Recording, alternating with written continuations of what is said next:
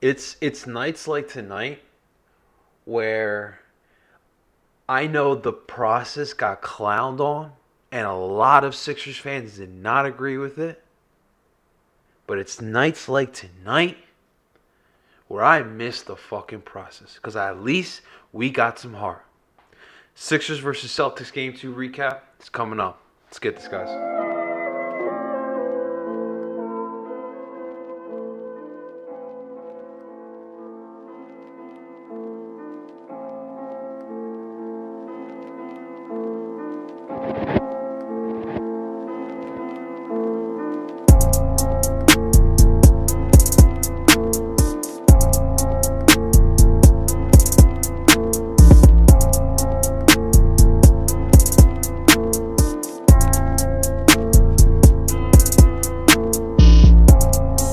What's going on, everyone? It's your boy, El Parcero Philly, United of all things sports and culture here in the beautiful city of Philadelphia. And as you guys can tell by the tone of my voice and by the look on my face, this is not going to be a fun episode whatsoever. There are some serious business we have to get to, and the Philadelphia 76ers literally are driving us freaking insane here in the city of Philadelphia. Again, another loss, another embarrassing loss to our arch rivals nonetheless. The team we despise the most in Philadelphia, other than, of course, the Dallas Cowboys. But this team, I can't stand the freaking Boston Celtics. That green with that freaking Shamrock and Larry Bird and Paul Pierce and Bill Russell and now Jason Tatum. I'm sick and tired of this. I'm sick and tired of losing to the Boston Celtics. There's somewhere right now, there's Dr. J, Bobby Jones, Maurice Cheeks, and may he rest in peace, Moses Malone. They are somewhere right now just looking at this Sixers team in disgust, utter disgust, because this performance is absolutely pitiful. Pitiful. Flat out every aspect on the court in this game, the Celtics were better at, except for maybe the center position. That's it. The Celtics, better point guard, better shooting guard, better three, better four, better coach, better bench, everything. You know what? Even better fans. Because every time the Sixers lose, it's always let's clown the Sixers. Let's trash the damn Sixers. Like we don't love this team. I'm upset. Clearly, I'm upset. But you think I'm going to sit here in front of this camera and clown the Sixers and scream fire Brett Brown and come at this front office for, obviously the Al Horford contract and the Tobias Harris contract are terrible. What were you going to do once Jimmy Butler left Philly, huh? What were you going to do? Who the hell were you going to sign? And I get it. The Sixers team has a lot of people going crazy. Not just me, because... I know, listen, Sixers mean a lot to the city of Philadelphia. It's not just the NBA's growth that's going on right now. This is a basketball city. And we have had some mediocre basketball being played in the city for way too long now. We were promised a championship. And after what we saw last year, we get this. All right, let's attend to some business, guys. Before we move forward, don't forget to, guys, to please make my day. It would make my day so much better. If you would like the video, subscribe to the channel, hit the bell button for notifications, as well as sharing this video and this channel to please help continue the growth of this Parcero here. And also, guys, do not forget that El Parcero Philly is a proud member of Philly Sports Network. Head on over to Philly Sports Network for all your Philly sports needs. Of course, I will leave a link in the description below so you guys can check it out. Don't miss the article that we're going to have up to on Philly Sports Network.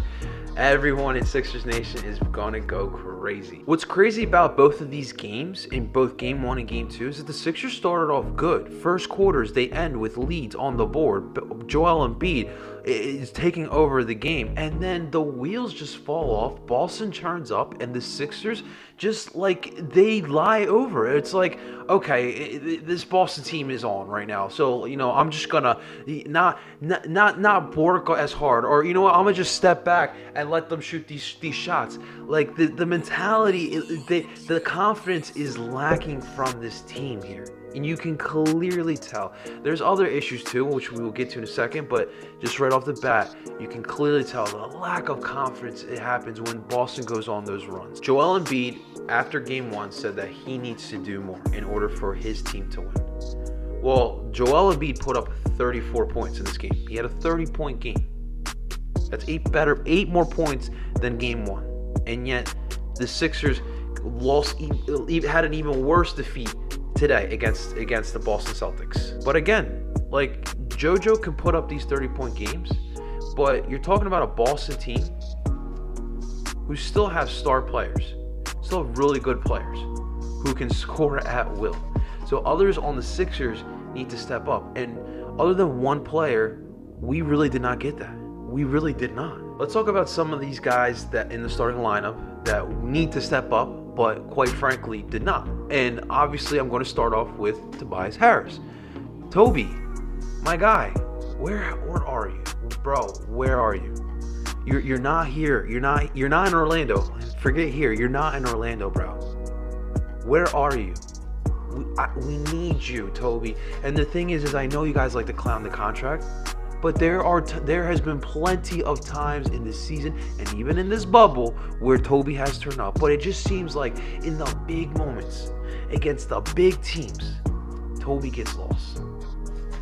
And it drives me crazy because listen, I am an optimistic and I'm a positive guy. And of course I'm going to be that way when it comes to my Philly sports. Boo-hoo on me for being a little optimistic, because obviously we know the track record of Philly sports, but I am going to stand behind Tobias Harris because I've seen him been a lethal scorer. But consistency is clearly an issue here. 35 minutes, 13 points, 11 boards, 2 assists. He was 4 from 15 from the field, 0 from 2 from the 3-point line. That's disgusting. That's absolutely disgusting. These are the playoffs, my man. The NBA playoffs.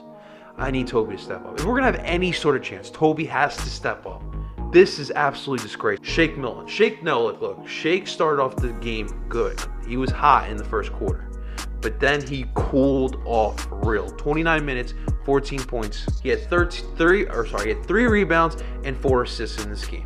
I have to say, I personally don't expect much from Shake Milton because I think I've seen enough from him to know what he is. And I don't think that he is the type of guy that's going to control a game, and I don't think he's the type of guy who's going to score at will. Obviously, we've seen some nice shots, and I saw some nice shots here in this game. But for a full 4 quarters, just don't see it from Shake Milton. But again, I would love to see him build off of this performance. Prove me wrong, Shake. Prove me wrong. Take over. Now, Matisse Thybulle. Matisse, I really can't fault Matisse because, number one, first off, kudos to Brett Brown for starting him, making a change in the starting lineup and inserting Matisse Thybulle into that starting lineup because obviously he had some success defending Jason Tatum in Game 1. When this game, Tatum flat out had Matisse's number. And it was just unfortunate. And overall, it was just not a good game for Matisse Thybulle. 25 minutes, only 2 points, 2 boards, 1 assist. It just barely gave you nothing. And for him, he's a rookie. He's still a rookie, believe it or not. So he has to learn from this. And I think that the mindset that he has, I have faith that he's going to bounce back from this performance here.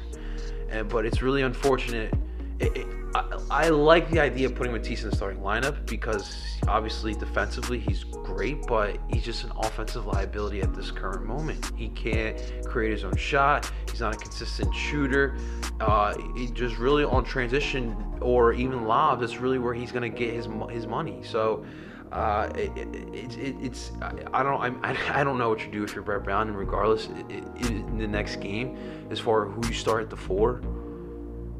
Because with Al, he defensively he's a liability, and with Matisse he's an offensive liability. So either way, you're screwed. Now Josh Richardson had a solid game. He had 18 points on this day. He was 6 of 12 from the field, and he was 2 for 3 from the 3-point line. So he was pretty efficient as far as shooting goes. And besides JoJo, he was the only one that was really contributing as far as scoring goes. However, Josh still had bad turnovers, some lazy plays, And he was throwing up brick layups. Like, how are you throwing brick layups in the NBA? Tobias Harris was doing the same thing too. Like, how are we missing layups? Just simple layups. For Josh Richardson, just quite simply, we just need him to clean it up. Because great performance you had scoring wise. But the lazy passes, the missed layups, the bad shots, that's going to kill you in the end, bro. And after the news that I received that Gordon Hayward would be out up to 4 weeks, I was, first off, obviously, I don't want to celebrate anyone getting hurt because that's fucked up. But I was a little relieved seeing that he was going to be out for so long. And I thought, one less lethal scorer, this is going to work in our favor. What that did, it brought Marcus Smart from the bench and it forced Brad Stevens to insert him into the starting lineup, making their bench even weaker. And what happens? The bench actually turns up, and their bench actually outperforms our bench, scoring 41 points, and they actually contributed to this game. God, this team could not catch a break on this day. And while the Boston bench is giving them 41 points, what does our bench do? Barely jack crap. The leading scorer on our bench was Mike Scott. He got it in 5 minutes. That was just garbage time minutes in the fourth quarter. Like, oh man. And of course we got to talk about Al Horford. He was absolutely terrible. Absolutely terrible. In 25 minutes, he only gets 4 points, 2 boards, and 2 assists. I'm sorry, in 23 minutes he gets that. And what's worse is then I go on Twitter for a brief minute, and what's the trending tweet? Al Horford's sister taking a shot at Brett Brown when Al Horford is playing like the way he did on this day. It sucks because I was so happy and excited to get Al Horford, the only guy in the Eastern Conference that could stop Joel Embiid. And not to mention, he's a fellow Latino. If you haven't noticed, there's not really a lot of good Latino athletes in Philadelphia at the current moment, and we just got Al Horford. I was super excited, but this year, Brett Brown hasn't used him right. Al Horford is clearly aging, and this was a bad move. Frankly, this was a bad move, and I recognize that. And I don't know how we get out of this Al Horford deal. With the money that you paid him, at the age that he is, I don't know if there's a team desperate enough for a center right now. Like, you just saw the Houston Rockets this year get rid of their solid center away just so they can continue the small ball deal, starting PJ Tucker at the center, and that kind of sent waves throughout the NBA. And you're seeing this positionless basketball, you're constantly seeing this. So I don't know if there is somewhere for Al Horford to go as far as the trade goes. Man, it's gonna be a long off season, and it's literally like a month too. It's gonna feel long now. So the other controversy was Raul Neto got some serious playoff minutes. Yeah, he got some serious playoff minutes. 14 minutes. He did get 5 points, and he had 3 assists. The problem is, so here's the thing. So there was just too many turnovers. Shake and Josh were just they were turnover machines in this game, as well as Tobias Harris. And the best passing point guard on your roster is actually Raul Neto, believe it or not. Obviously besides Ben Simmons, but Raul Neto is your best passer at the current moment. So Brett thought, I just need someone to feed the ball to JoJo and put him in there. I mean, Brett at this point, like, what other options does he have? Now, Alec Burks did not have a good game. He was only in there for 15 minutes. He had 2 points and 2 assists, and we talked about it. Like, obviously Alec Burks has looked really good thus far in Orlando, but there's a reason why Golden State traded him for basically nothing. Now, I'm not saying that Alec Burks can't bounce back, because I definitely think he can, but 2 points in the playoffs, man. You literally were playing so well up to this point, and 2 points. So for the Celtics, obviously, it's about their big three right now. So no Gordon Hayward. So it's about Jason Tatum, Jaylen Brown, Kemba Walker. What do those guys do? Tatum, 33 points, playing on a crazy out of this world level. His shot is flowing. He was knocking them down from everywhere. He even had one from half court where it banked in. And the crazy thing is that not only is he scoring at will, but you're seeing the leadership come out from him, talking to his guys, telling them what they need to do, showing them what he's seeing on the court as well. And that's something I haven't even seen from my guys, JoJo or Ben Simmons. So that's another concern there as well. But his 33 points, it's... JoJo might be the best player in the series, but Tatum is probably playing like the best, is actually playing like the best player. Kemba Walker had 22 points and Jaylen Brown had 20 points himself. When you have when your best players putting up 33, and then you got your other two star players putting up 20 plus, there's your answer. That's why we lost today. Now I'm gonna be 100% with you guys, completely honest. 7:57 left in the third quarter when Kemba Walker comes up from Joel Embiid from behind when JoJo's driving in the lane and just pokes that ball out, and Jason Tatum gets the ball and then just like outlet passes out to Kemba Walker or to Jaylen Brown, and Jaylen Brown does the 360 dunk. I was like, what time is it? 8:30? Flyers game. I put the Flyers game on.